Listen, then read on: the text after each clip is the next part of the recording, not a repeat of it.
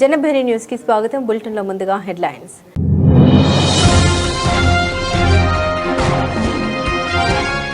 ఐదు రోజుల పాటు హిమాచల్ ప్రదేశ్లో పర్యటించనున్న రాష్ట్రపతి అటల్ టన్నెల్ను సందర్శించడంతో పాటు పలు కార్యక్రమాలకు హాజరు కానున్న ముర్ము।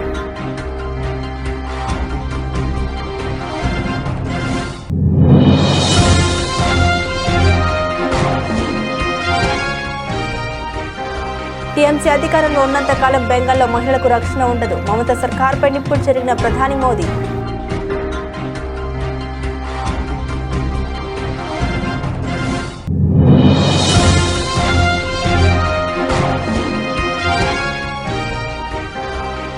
మే 10లోగా డీకే శివకుమార్ను కర్ణాటక ముఖ్యమంత్రిగా నియమించాలి। కాంగ్రెస్ హైకమాండ్ను డిమాండ్ చేసిన ప్రణవానంద స్వామీజీ।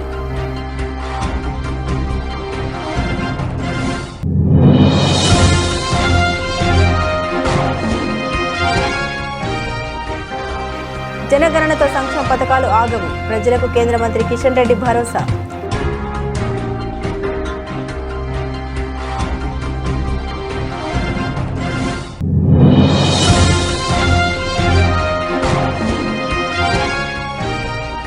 రాష్ట్ర ప్రజలంతా జనగణనలో పాల్గొనాలి, పిలుపునిచ్చిన తెలంగాణ గవర్నర్ శుక్లా సీఎం రేవంత్।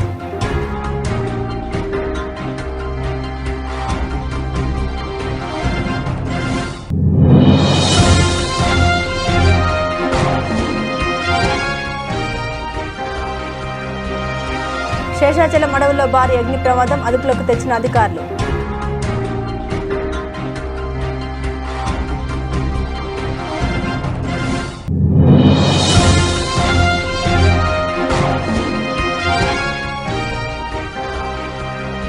తెలంగాణ భవన్లో ఘనంగా టీఆర్ఎస్ ఆవిర్భావ దినోత్సవం, పార్టీ జెండా ఎగురవేసిన మాజీ మంత్రి కేటీఆర్।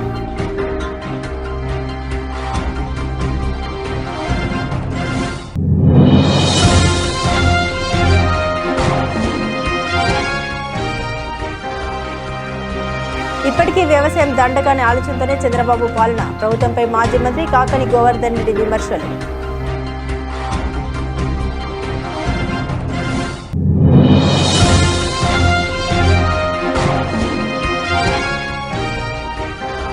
బీఆర్ఎస్ పార్టీకి టీఆర్ఎస్ పార్టీ గురించి మాట్లాడే నైతిక హక్కు లేదు, గులాబీ నేతల వ్యాఖ్యల్ని ఖండించిన తెలంగాణ జాగృతి వర్కింగ్ ప్రెసిడెంట్ రూప్ సింగ్।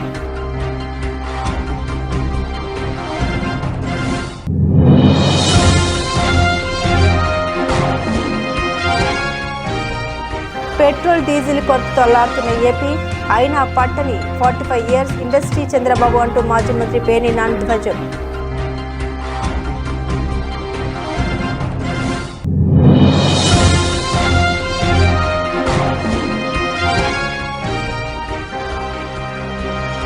సూపర్ ఓవర్లో లక్నోపై కోల్కతా థ్రిల్లింగ్ విక్టరీ, ఆల్రౌండ్ ప్రదర్శనతో జట్టు విజయంలో కీలక పాత్ర పోషించిన రింకు సింగ్।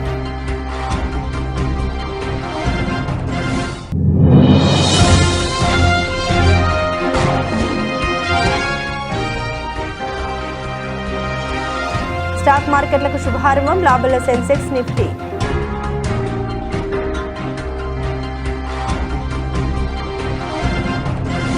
రాష్ట్రపతి ద్రౌపది ముర్ము నేటి నుండి 5 రోజుల పాటు హిమాచల్ ప్రదేశ్లో పర్యటించనున్నారు। వేసవి విడిది పర్యటనలో భాగంగా రాష్ట్రపతి సిమ్లాలోని రాష్ట్రపతి నివాస్లో బస చేస్తారు।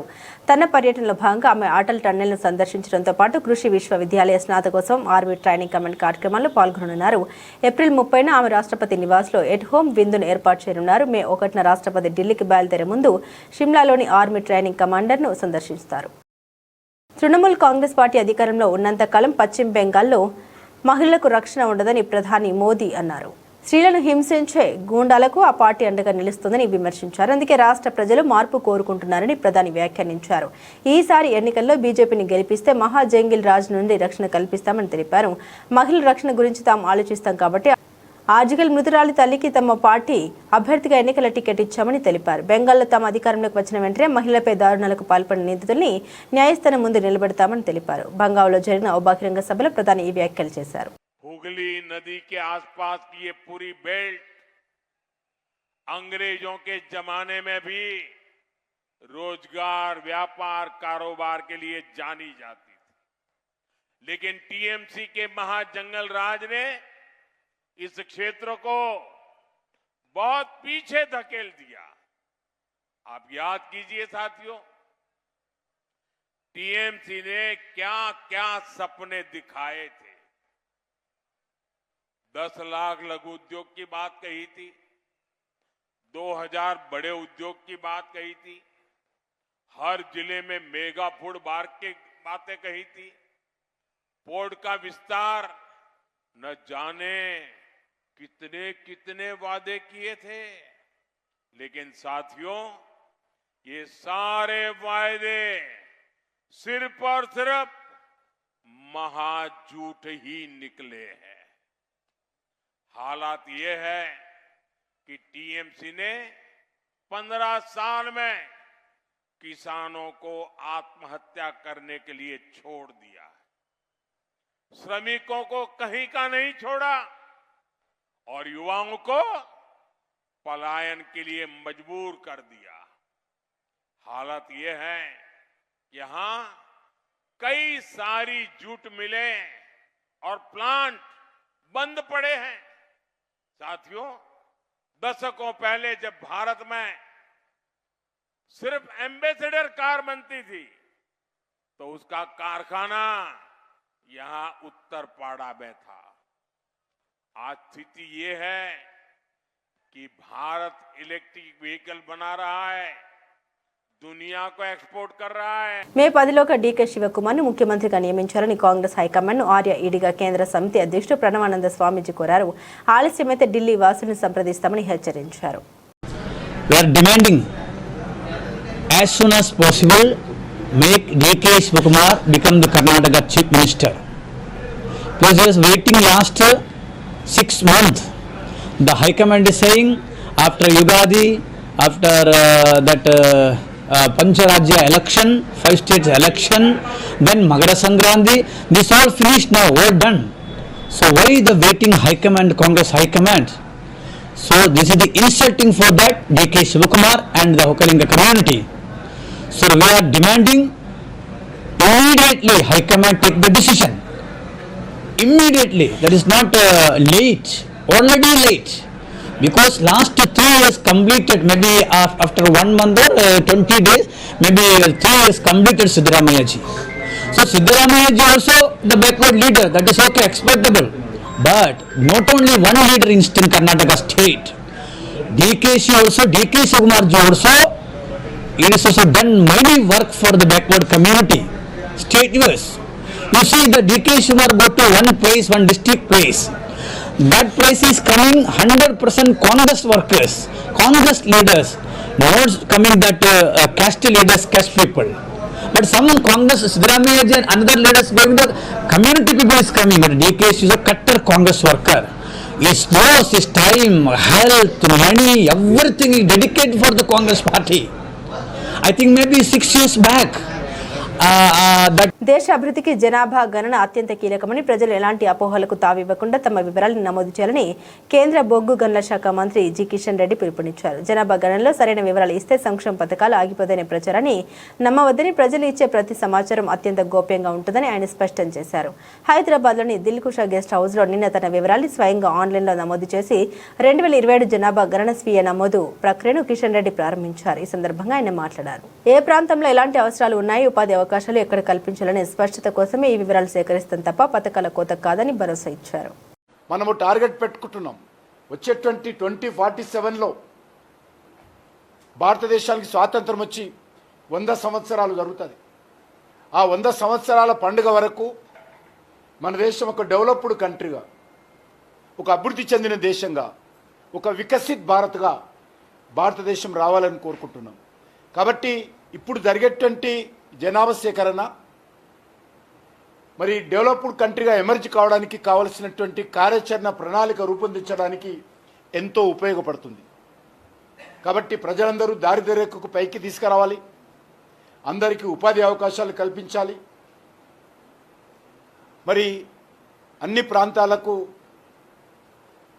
ఇన్ఫ్రాస్ట్రక్చర్ యాక్టివిటీ డెవలప్మెంట్ చేయాలి, అన్ని వృత్తులను వాళ్ళు ఎంచుకున్నటువంటి వాళ్ళు పనిచేస్తున్నటువంటి వృత్తులకు ప్రోత్సహించాలి. ప్రభుత్వాల తరఫున, సమాజం తరఫున వాటన్నిటికి కూడా ఇది ఒక మైలురాయిగా నిలవబోతుంది.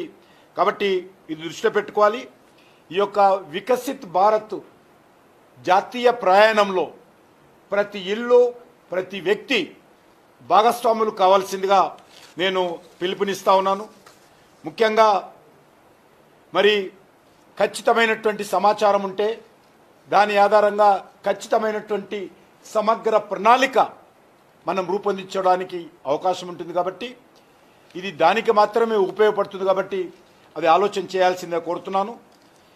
మన జనగణన ఏదైతున్నదో ఇది మన కోసం, మన దేశం కోసం, మన జనగణన మన దేశ అభివృద్ధి కోసం, మన జనగణన మన సంక్షేమం కోసం, మన జనగణన మన యొక్క దేశం యొక్క గౌరవం కోసం ఉపయోగపడుతుంది. కాబట్టి ఇది మన జనగణన, మనందరం పాల్గొనాల్సిందిగా నేను అందరికీ ఆహ్వానిస్తున్నాను. జనగణన కీలకమైన జాతీయ కార్యక్రమని తెలంగాణ గవర్నర్ శివ ప్రతాప్ శుక్లా అన్నారు. హైదరాబాద్లోని లోక్ భవన్లో జనగణన 2027 స్వీయ నమోదు కార్యక్రమాన్ని ఆయన ప్రారంభించారు. ఈ సందర్భంగా ఆయన మాట్లాడారు. జనగణన అనేది ప్రణాళిక సుపరిపాలన, వనరుల పంపిణీకి పునాది అని పేర్కొన్నారు. ఖచ్చితమైన సమాచారం, లక్షిత సంక్షేమ పథకాల రూపకల్పనలో దేశ పురోగతి అంచనాల ఈ జనగణన కీలకమని ఆయన తెలిపారు. మరోవైపు ముఖ్యమంత్రి రేవంత్ రెడ్డి స్వయంగా తన వివరాలను అధికారిక వెబ్ పోర్టల్ ద్వారా నమోదు చేసి సెల్ఫ్ ఎన్యుమరేషన్ ప్రక్రియను ప్రారంభించారు. ఈ సందర్భంగా ప్రతి ఒక్కరూ ఈ కార్యక్రమంలో పాల్గొని విజయవంతం చేయాలని ఆయన ప్రజలకు పిలుపునిచ్చారు. తెలంగాణ సోదరి మరలు అందరికీ नमस्कारम। जनगणना देश का एक अत्यंत महत्वपूर्ण राष्ट्रीय कार्यक्रम है जो हमारी जनसंख्या तथा उसकी सामाजिक आर्थिक स्थिति का व्यापक चित्र प्रस्तुत करता है। यह योजना निर्माण, सुशासन तथा संसाधनों के समान वितरण के आधारशिला है, जिससे समाज के प्रत्येक वर्ग तक विकास का लाभ सुनिश्चित किया जा सके। जनगणना का महत्व शिक्षा, स्वास्थ्य, रोजगार, आवास तथा आधारभूत संरचना से संबंधित नीतियों के निर्माण में इसकी महत्वपूर्ण भूमिका में निहित है। सटीक आंकड़े सरकार को लक्षित कल्याणकारी योजनाएं तैयार करने तथा राष्ट्रीय प्रगति का प्रभावी आकलन करने में सक्षम बनाते हैं। यह जनगणना विशेष रूप से महत्वपूर्ण है क्योंकि यह तेलंगाना राज्य की पहली जनगणना है। राज्य के भविष्य के विकास और प्रगति के लिए सटीक आंकड़ों पर संकलन अत्यंत आवश्यक है। तेलंगाना में स्वगणना सेल्फ इन्फॉर्मेशन चरण 26 अप्रैल 2026 से 10 मई 2026 तक आयोजित किया। పవిత్ర పుణ్యక్షేత్రం తిరుపతి సమీపంలోని శేషాచలం అటవీ ప్రాంతంలో భారీ అగ్ని ప్రమాదం సంభవించింది. జీవకోన అటవీ రేంజ్లోని మొండోడి కోన ప్రాంతంలో మంటలు చెలరేగాయి. అవి ఉధృతంగా మారి నగరం నుండి కూడా దట్టమైన పొగ, అగ్నికిరణాలు కనిపించడంతో స్థానికుల్లో ఆందోళన నెలకొంది. సమాచారం అందుకున్న వెంటనే అటవీ శాఖ, టీటీడీ అగ్నిమాపక శాఖలకు చెందిన సుమారు 50 మంది సిబ్బంది రంగంలోకి దిగారు. ఫైర్ లైన్లు ఏర్పాటు చేసి ఫైర్ బీటర్లతో మంటలు అదుపు చేసేందుకు తీవ్రంగా శ్రమించారు. ఈ ప్రమాదంలో సుమారు 2 కిలోమీటర్ల మేర అటవీ ప్రాంతం కాలిపోయిందని, విలువైన వృక్ష సంపద, వనమూలికలు అగ్నికి ఆహుతయ్యాయని అధికారులు ప్రాథమికంగా అంచనా వేశారు. మంటల దాటికి వన్యప్రాణుల భయంతో పరుగులు తీశాయి. ప్రమాదానికి ఖచ్చితమైన కారణాలపై జిల్లా అటవీ అధికారి వి సాయిబాబా ఆధ్వర్యంలో విచారణ జరుగుతుంది. అధిక ఉష్ణోగ్రత కారణంగా ఎండిపోయిన గడ్డి అంటుకుందా లేక ఎవరైనా ఆకతాయిలు నింపిపెట్టారనే కోణంలో దర్యాప్తు చేస్తున్నారు. పరిస్థితి అదుపులోకి వచ్చిందని డిఎఫ్ఓ తెలిపారు. ఎర్రచంద్రం గిడ్డంగుల సమీపంలో ఉండడంతో ఆ ప్రాంతానికి మంటలు వ్యాపించకుండా ప్రత్యేక చర్యలు తీసుకున్నట్లు అధికారులు వెల్లడించారు. ఈ ఘటనలో ఎలాంటి ప్రాణ నష్టం జరగలేదని స్పష్టం చేశారు. దశాబ్దాలుగా దగాపడ్డ తెలంగాణ కోసం అన్ని పదవులు వదులుకొని 25 సంవత్సరాల క్రితం ఇదే రోజు జల దృశ్యంలో తన పార్టీని స్థాపించారని బీఆర్ఎస్ పార్టీ వర్కింగ్ ప్రెసిడెంట్ మాజీ మంత్రి కేటీఆర్ అన్నారు. బీఆర్ఎస్ పార్టీ ఆవిర్భావ దినోత్సవం సందర్భంగా తెలంగాణ భవన్లో ఆయన పార్టీ జెండాను ఆవిష్కరించారు. ఈ సందర్భంగా ఆయన మీడియాతో మాట్లాడుతూ మొదటి 14 సంవత్సరాలు తెలంగాణ ప్రజలను జాతిని ఐక్యం చేసి ఢిల్లీ మెడలు వంచామని గుర్తు చేశారు. తర్వాత 10 సంవత్సరాలు ప్రజలు అధికారం ఇస్తే పాలించి రాష్ట్రాన్ని దేశంలోని అగ్ర భాగాన పెట్టిన నాయకుడు కేసీఆర్ అని కొనియాడారు. ఇప్పుడు 2.5 ఏళ్లుగా ఈ దుర్మార్గపు పాలనలో అణచివేతలకు గురవుతున్న ప్రజలకు గొంతుకై నిలుస్తున్నది ఈ గులాబీ పార్టీ అని పేర్కొన్నారు కేటీఆర్. దశాబ్దాలుగా దగాకు గురై, అన్యాయానికి గురై నెత్తురు మండిన ఒక జాతి ఎత్తిన జెండా గులాబీ జెండా. సరిగ్గా 25 సంవత్సరాల కిందట త్యాగాల పునాదుల మీద ఆనాడు తనకు అప్పుడున్న పార్టీ ద్వారా సంక్రమించిన డిప్యూటీ స్పీకర్ పదవికి, శాసన సభ్యత్వానికి, అట్లాగే పార్టీలోని రాష్ట్ర బాధ్యతలకు అన్నిటికీ కూడా గుడ్ బై చెప్పి తెలంగాణ రాష్ట్రం ఏర్పడితేనే ఒక స్వీయ రాజకీయ శక్తిగా తెలంగాణ ప్రజలు ఎదిగితేనే ఈ ప్రాంత సమస్యలకి చరమగీతం పాడొచ్చు, శాశ్వతంగా ఈ ప్రాంతం గతంలో ఏదైతే సిరి సంపదలతో తొలతూగిందో అట్లా మళ్ళీ ఉద్భవించవచ్చు అనే ఆలోచనతో పెద్దలు కేసీఆర్ గారు ఆనాడు 25 వసంతాల కిందట పార్టీని ఏర్పాటు చేసి కొండా లక్ష్మణ్ బాపూజీ గారు ఇచ్చిన ఆశ్రయం జలదృశ్యంలో జెండా ఎత్తిన విషయం మీకు తెలుసు. మరి 25 సంవత్సరాల్లో ఒక అరుదైన చరిత్ర కలిగిన పార్టీ బీఆర్ఎస్ పార్టీ. మొదటి 14 ఏళ్లు తన పోరాటంతో తెలంగాణ ప్రజలను ఐక్యం చేసి తెలంగాణ జాతిని మొత్తంగా ఎక్కడికక్కడ లక్షల సంఖ్యలో సమీకరిస్తూ వారికి తెలంగాణ రాష్ట్ర ఏర్పాటు ఆవశ్యకతను బోధిస్తూ అంబేద్కర్ గారు చెప్పిన విధంగా బోధించు, సమీకరించు, పోరాడు అన్నట్టుగా అడుగడుగున పోరాటాలు చేస్తూ ఢిల్లీ మెడలు వంచిన పార్టీ ఈ గులాబీ జెండా పార్టీ, ఈ బీఆర్ఎస్ పార్టీ. 10 ఏళ్ల పాటు ప్రజలు అధికారం ఇస్తే మరి ఒక బాధ్యతగా భావించి రాష్ట్రం సాధించిన పార్టీకే ప్రజలు బాధ్యతనివ్వడాన్ని ఒక గౌరవంగా భావించి రాష్ట్రాన్ని అగ్రభాగాన 10 ఏళ్ల తన పరిపాలనలో నిలబెట్టిన నాయకుడు మహానాయకుడు కేసీఆర్ గారు. అట్లా నడిపిన పార్టీ బీఆర్ఎస్ పార్టీ. అదేవిధంగా గత 2.5 సంవత్సరాలుగా ఈ దుర్మార్గ అరాచక పాలనకు వ్యతిరేకంగా పంటలకు గిట్టుబాటు ధర లేక ప్రభుత్వం నుండి పంట నష్టపరిహారం అందక కూటమి ప్రభుత్వం వచ్చాక 2 ఏళ్లలో రైతులు ఏకంగా 25,000 కోట్లు నష్టపోయారని నెల్లూరు వైఎస్ఆర్సీపీ అధ్యక్షుడు మాజీ మంత్రి కాకాని గోవర్ధన్ రెడ్డి విమర్శించారు. నెల్లూరు వైఎస్ఆర్ కాంగ్రెస్ పార్టీ కార్యాలయంలో ఆయన మీడియాతో మాట్లాడారు. 4వ ముఖ్యమంత్రి అయినప్పటికీ చంద్రబాబులో మార్పు రాలేదని, ఇప్పటికీ వ్యవసాయం దండగానే విధానాలతోనే పనిచేస్తున్నారని ఆరోపించారు. గతేడాది పత్తి, పొగాకు, మిర్చి సాగు చేసిన రైతులకు గిట్టుబాటు ధర అందక ఎకరాకు 5 లక్షల మేర భారీగా నష్టపోయారని, దీంతో ప్రభుత్వ సూచనతో వారంతా మొక్కజొన్న సాగు చేశారని తెలిపారు. ప్రభుత్వం చెప్పిన పంటలు సాగు చేసినప్పటికీ వారికి అండగా మద్దతు ధరకు పంటలు కొనుగోలు చేసే ప్రయత్నం చేయడం లేదని ధ్వజమెత్తారు. ఈరోజు రైతులకు సంబంధించి అయ్యా మేము పండించినటువంటి పంటలకు గిట్టుబాటు ధర లేదు, మొక్కజొన్నకు సంబంధించినటువంటి రైతులని తీవ్రమైనటువంటి ఇబ్బందులు పడుతున్నాం, సంక్షోభంలో ఉన్నాం, కనీసం పెట్టుబడి కూడా వచ్చేటువంటి పరిస్థితులు లేవు, తీవ్రంగా నష్టపోయేటువంటి దుస్థితిలో మేము కొట్టుమిట్టాడుతున్నాం. కాబట్టి మేము నష్టాల ఊబిలో నుంచి, అప్పుల ఊబిలో నుంచి బయటపడేటువంటి పరిస్థితి లేదు.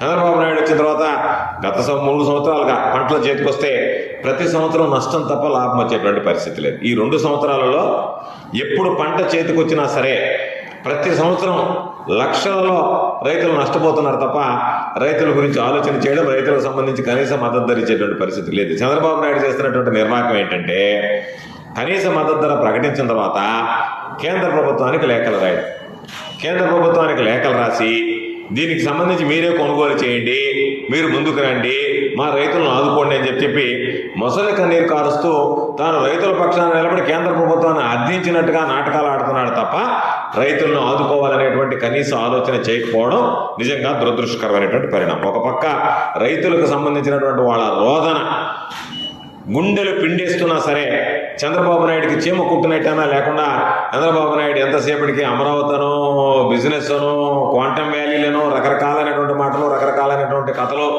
ఈరోజు జనాల్లో ఒక దుష్ప్రచారాన్ని తీసుకువెళ్ళడం, లేనటువంటి హైప్ క్రియేట్ చేయడం, పచ్చ మీడియా చేత భాగాలు ఎదుర్చుకోవడం తప్ప అనేక రకాలైనటువంటి ఇబ్బందులు రైతులు పడుతున్నా పట్టించుకున్నటువంటి పరిస్థితి. ఇదే చంద్రబాబు నాయుడు గత ఏడాది ఎక్కడైతే నల్లబర్లి పొగాకు వేశారో దానికి సంబంధించి రైతులు నష్టపోయారు. మిర్చి బీఆర్ఎస్ పార్టీకి టీఆర్ఎస్ పార్టీ గురించి మాట్లాడే నైతిక హక్కు లేదని తెలంగాణ జాగృతి వర్కింగ్ ప్రెసిడెంట్ రూప్ సింగ్ అన్నారు. తెలంగాణ అనే పదాన్ని తొలగించినప్పుడే ప్రజలు వారిని తిరస్కరించారని మండిపడ్డారు. ఈ రోజు వారు తమ నాయకురాలు కల్వకుంట్ల కవిత పెట్టిన పార్టీపై మాట్లాడే అర్హత లేదని స్పష్టం చేశారు. హృదయపూర్వక నమస్కారాలు. నిన్నటి రోజు మా అధినేత్రి కల్వకుంట్ల కవితక్క గారి నాయకత్వంలో మరి నూతన రాజకీయ పార్టీని ఆవిష్కరించుకునేటువంటి విషయం మీ అందరికీ తెలుసు. నిన్న కవితక్క గారు ఏర్పాటు చేసినటువంటి పార్టీ పేరును అనౌన్స్ చేసేటువంటి సందర్భంలో రాష్ట్ర వ్యాప్తంగా సుమారు 15,000 పైచిలుకు బస్సుల ద్వారా 10,000 పైచిలుకు ఇతర వాహనాల ద్వారా సుమారు 50,000 పైచిలుకు తెలంగాణ సమాజం హాజరై మీ వెంట మేమున్నామంటూ అక్కగారికి మరి తోడుగా నిలబడ్డటువంటి వాళ్ళందరికీ పేరు పేరున తెలంగాణ రాష్ట్ర సేన పార్టీ పక్షాన ప్రత్యేకమైనటువంటి హృదయపూర్వక ధన్యవాదాలు, నమస్కారాలు తెలియజేస్తూ ఉన్నాం. నిన్ననే కాకుండా మొన్న కూడా, అంటే మొన్న రాత్రి నుంచే అనేక జిల్లాల నుండి పాదయాత్రలు,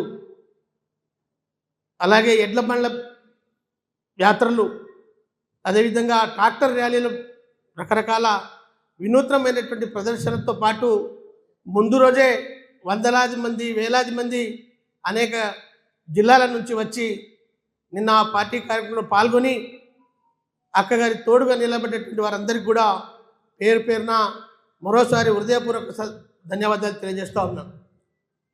మరి నిన్న జరిగినటువంటి పార్టీ ఆవిర్భావ సందర్భంగా ఎవరికి ఎంత బాధపడిందో తెలియదు, కానీ బీఆర్ఎస్ పార్టీ నాయకత్వానికి, బీఆర్ఎస్ పార్టీ ప్రముఖులందరికీ కూడా వణుకు పుట్టి.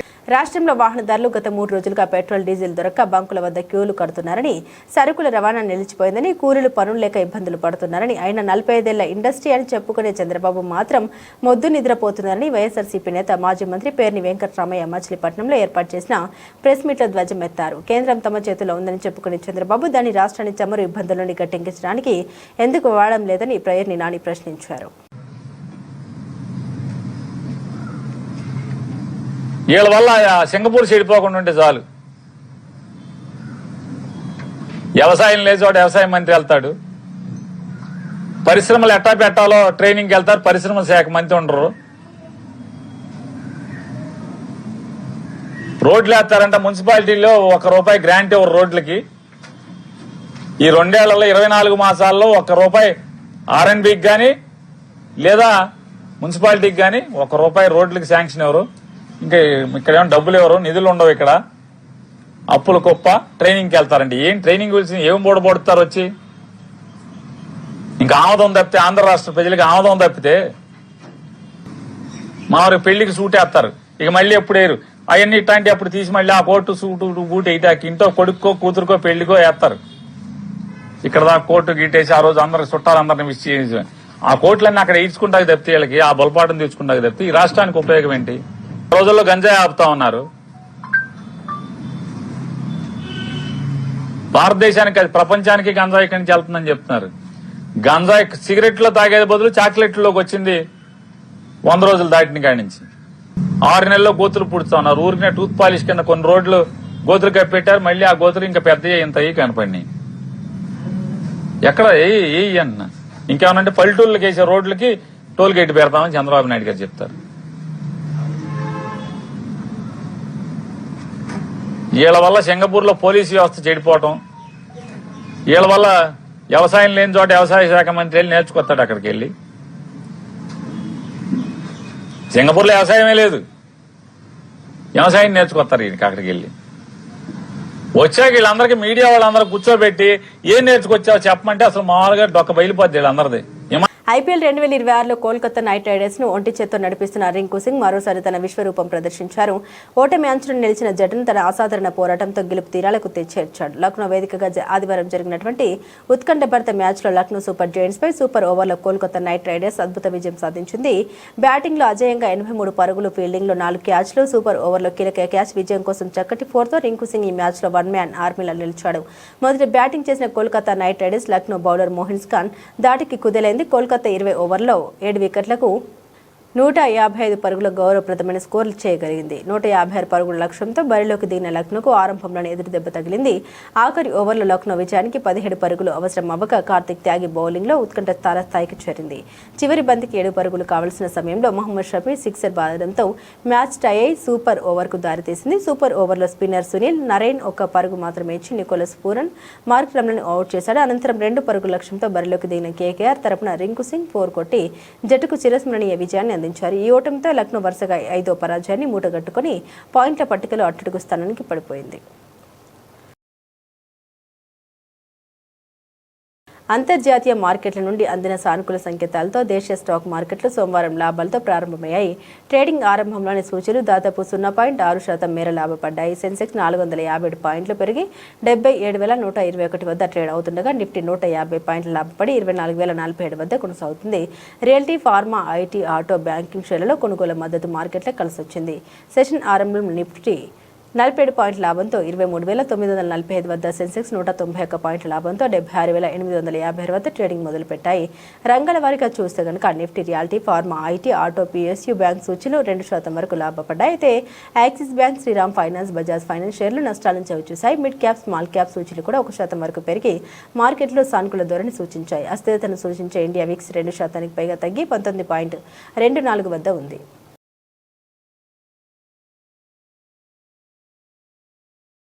బులెటిన్ ముగించే ముందు హెడ్లైన్స్ మరోసారి.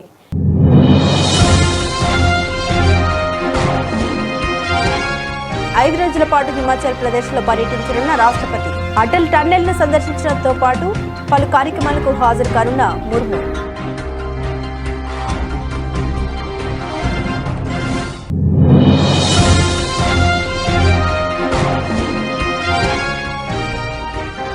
టీఎంసీ అధికారంలో ఉన్నంత కాలం బెంగాల్లో మహిళలకు రక్షణ ఉండదు. మమతా సర్కార్పై నిప్పుడు జరిగిన ప్రధాని మోదీ.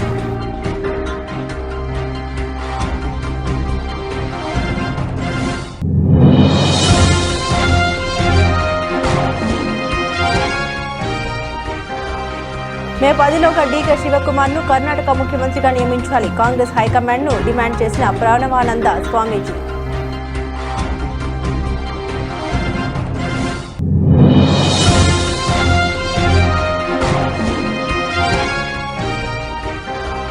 జనగణనతో సంక్షేమ పథకాలు ఆగవు. ప్రజలకు కేంద్ర మంత్రి కిషన్ రెడ్డి భరోసా.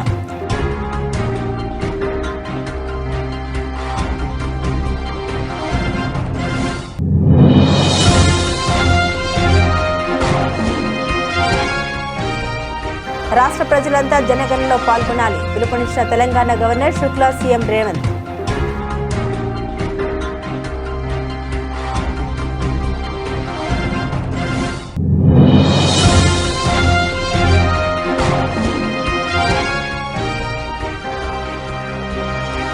శేషాచలం అడవుల్లో భారీ అగ్ని ప్రమాదం, అదుపులోకి తెచ్చిన అధికారులు.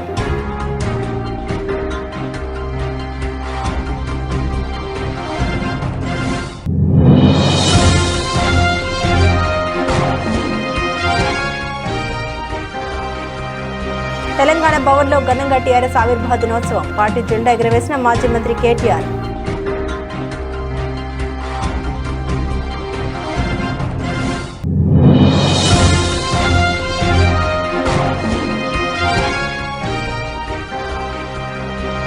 ఇప్పటికీ వ్యవసాయం దండగానే ఆలోచనతోనే చంద్రబాబు పాలన. ప్రభుత్వంపై మాజీ మంత్రి కాకని గోవర్ధన్ రెడ్డి విమర్శలు.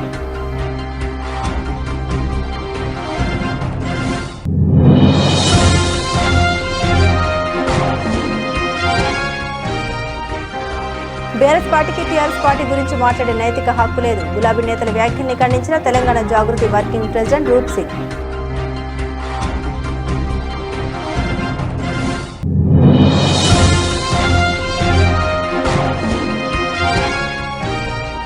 పెట్రోల్, డీజిల్ కొరతతో అల్లాడుతున్న ఏపీ.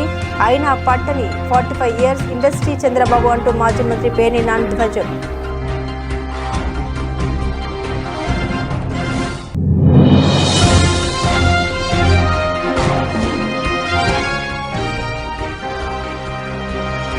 సూపర్ ఓవర్లో లక్నోపై కోల్కతా థ్రిల్లింగ్ విక్టరీ. ఆల్రౌండ్ ప్రదర్శనతో జట్టు విజయంలో కీలక పాత్ర పోషించిన రింకు సింగ్.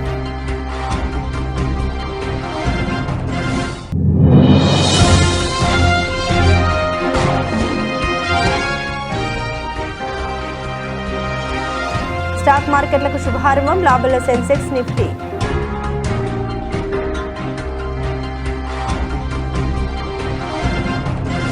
ఇవి బులెటిన్లోని విశేషాలు. తిరిగి మరో బులెటిన్తో మళ్ళీ కలుసుకుందాం. అంతవరకు సెలవు. నమస్కారం.